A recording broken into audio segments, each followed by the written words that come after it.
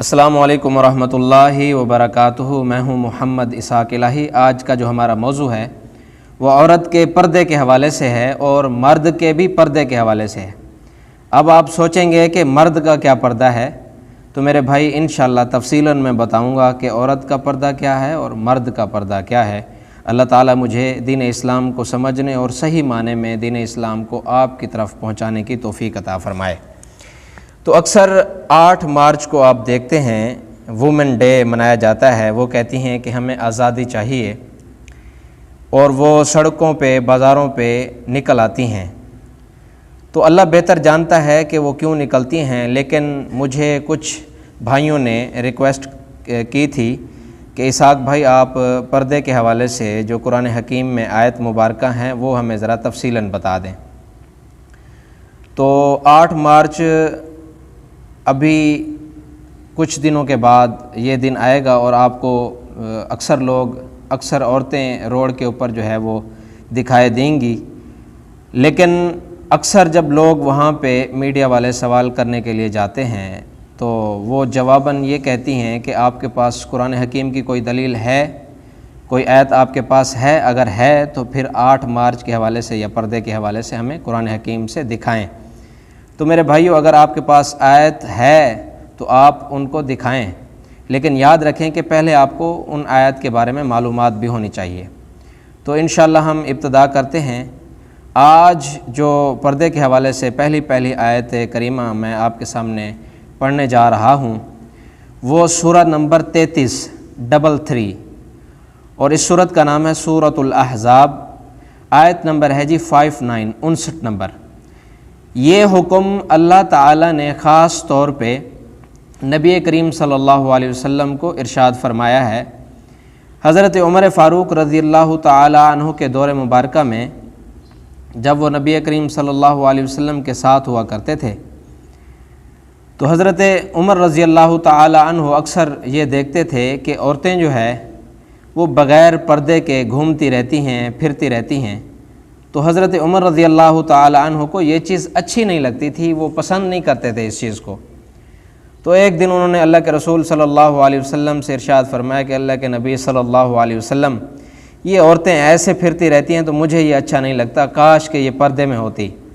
تو اللہ تعالیٰ نے، یہ حضرت عمر رضی اللہ تعالی عنہ کا کہنا تھا کہ اللہ تعالیٰ نے سورۃ الاحزاب کی یہ آیت نازل فرما دی۔ سورۃ الاحزاب آیت نمبر 59۔ بسم اللہ الرحمن الرحیم۔ یا ایھا النبی قل لازواجک وبناتک ونساء المؤمنین یدنین علیہن من جلابیبہن ذالک ادنی ان یعرفن فلا یؤذین وکان اللہ غفورا رحیما۔ اللہ تعالیٰ نے فرمایا یا ایھا النبی، اے نبی، قل لازواجک، یہاں پہ لفظ کل استعمال ہوا ہے۔ کل جو لفظ استعمال ہوتا ہے ابتدا میں سورت کی، وہ خاص طور پہ اللہ کی طرف سے خاص حکم ہوتا ہے۔ تو ایسا سمجھ لیں کہ یہ پردہ کرنا اللہ کی طرف سے خاص حکم ہے۔ تو فرمایا کہ کل ازواجک، آپ اپنی بیویوں سے کہہ دیں، و بناتک، آپ اپنی بیٹیوں سے بھی کہہ دیں، و نساء المؤمنین، اور مومنین کی عورتوں سے بھی کہہ دیں، یدنین علیہن من جلابیبہن، کہ وہ اپنی اوڑھنیاں، اپنی چادریں جو ہے وہ اپنے اوپر اوڑھ لیں۔ یہاں بعض لوگ کہتے ہیں کہ یہاں برقعے کا ذکر نہیں ہے، تو میرے بھائی اس وقت جو برقع اور چادریں صحابہ کی عورتیں پہنا کرتی تھی، وہ برقعے اور چادریں ہی اتنی بڑی ہوتی تھی کہ وہ بالکل اس میں چھپ جاتی تھی۔ تو اس لیے یہاں پہ جلابیب یعنی چادر کا ذکر کیا گیا ہے۔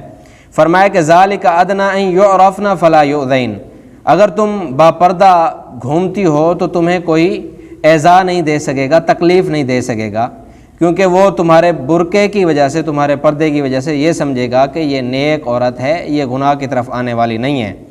کیونکہ جو عورتیں اپنے جسم کی نمائش کرتی ہیں ظاہری طور پہ باپردہ نہیں رہتی، ان کے باپردہ نہ رہنے کی وجہ سے ایسا ہوتا ہے کہ لوگ ان کے جسم کی نمائش کو دیکھتے ہیں، پھر ان کی طرف رغبت لے جاتے ہیں۔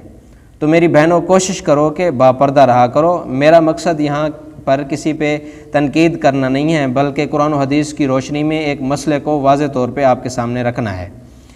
اسی طرح اللہ تعالیٰ نے دوسری صورت میں ارشاد فرمایا ہے، سورۃ النور آیت نمبر 30 کے اندر اللہ تعالیٰ نے ارشاد فرمایا ہے، فرمایا ہے کہ قل للمؤمنین یغضوا من ابصارہم ویحفظوا فروجہم، کہ اے نبی صلی اللہ علیہ وسلم آپ مومنوں سے کہہ دیں، یعنی یہاں پہ مردوں کا ذکر ہے، میں نے ابتدا میں کہا تھا کہ مردوں کا بھی پردہ ہے، تو فرمایا کہ قل للمؤمنین یغضوا من ابصارہم ویحفظوا فروجہم، اے نبی صلی اللہ علیہ وسلم آپ مومنوں سے کہہ دیں، مومن مردوں سے کہہ دیں کہ وہ اپنی نگاہیں، اپنی نظریں نیچی رکھا کریں، وَيَحْفَظُوا فُرُوجَهُمْ، اور اپنی شرمگاہوں کی حفاظت کیا کریں۔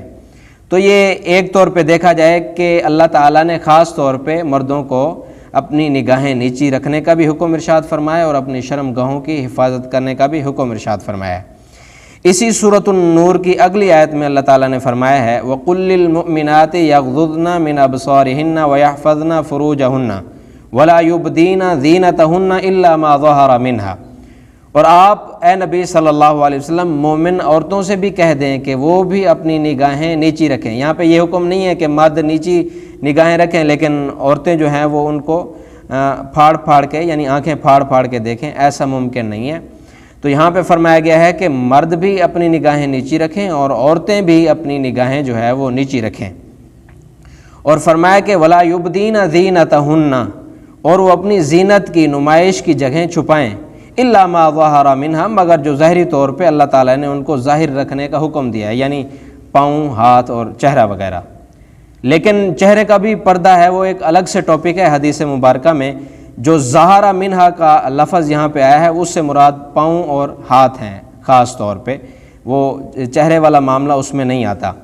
تو یہاں پہ سورۃ النور کی آیت نمبر 30 میں اللہ تعالیٰ نے مردوں اور عورتوں دونوں کو اپنی نگاہیں نیچی رکھنے کا حکم ارشاد فرمایا ہے، اور فرمایا ہے کہ وہ اپنی زینت کی جگہیں ظاہر نہ کریں، یعنی اپنے سینے لوگوں کے سامنے نہ پھیلائیں اور ایسے فٹ لباس نہ پہنیں جس کی وجہ سے مرد برائی کی طرف آ جائیں۔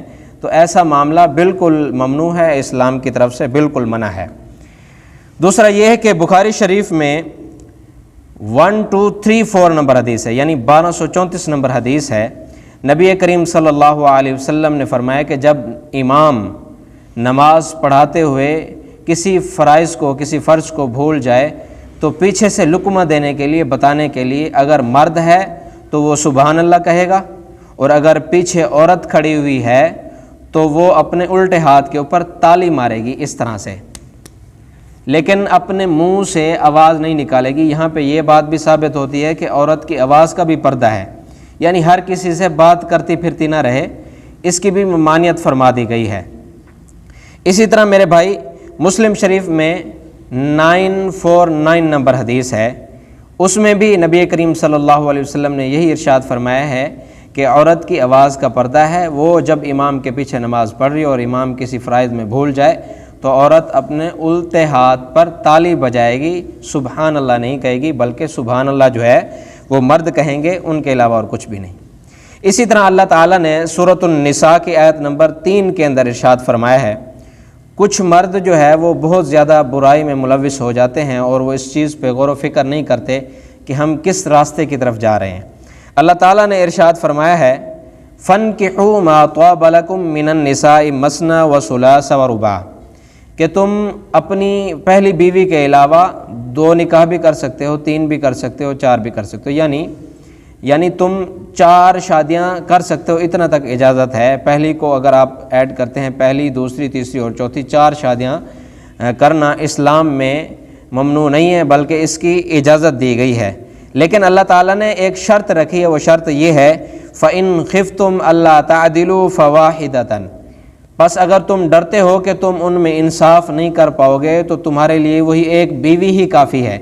تو اسلام کی طرف سے یہاں پہ ممانعت کر دی گئی ہے، منع کر دیا گیا ہے کہ کوئی بھی شخص، کوئی بھی مرد اگر ایک بیوی کے علاوہ مزید 3 شادیاں کرنا چاہتا ہے یا 2 شادیاں کرنا چاہتا ہے تو وہ اس وقت کر سکتا ہے جب وہ ان تمام بیویوں کے اخراجات پورے کرنے کی طاقت رکھتا ہو۔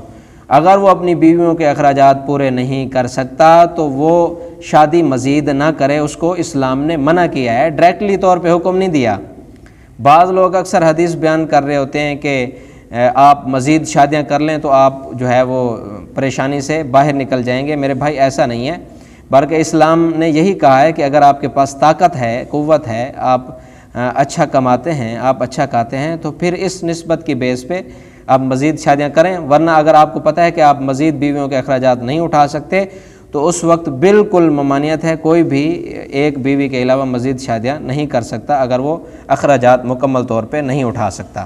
تو میری بہنوں، آپ سے خاص طور پہ ریکویسٹ ہے، میری بہنوں، اس دنیا سے سب نے جانا ہے، ایک دن مرنا ہے۔ جب ہم اللہ تعالیٰ کے سامنے پیش کیے جائیں تو کم از کم ہمارے پاس نیک اعمال ہوں، نیکیاں ہوں، جس کی وجہ سے اللہ تعالیٰ ہمیں جنت میں داخل کر دے۔ تو میری بہنوں، اللہ تعالیٰ آپ سب کو جزائے خیر دے، اللہ تعالیٰ آپ سب کو نیک بنائے، کوشش کیا کریں، با پردہ رہا کریں۔ پردے کا حکم اللہ تعالیٰ نے خاص طور پہ آپ کے اوپر فرض کیا ہے، میں نے نہیں کیا، نہ کسی انسان نے کیا ہے، بلکہ اللہ نے جو ہمارا خالق اور مالک ہے اس نے پردے کا حکم ہم پہ فرض کیا ہے۔ تو میری بہنوں، کسی کے بہکاوے میں آ کے، کسی کی بات مان کے دین اسلام کے احکامات سے آپ دور نہ جائیں۔ اللہ تعالیٰ آپ سب کو سلامت رکھے، اللہ تعالیٰ آپ سب کو جزائے خیر دے۔ السلام علیکم ورحمۃ اللہ وبرکاتہ۔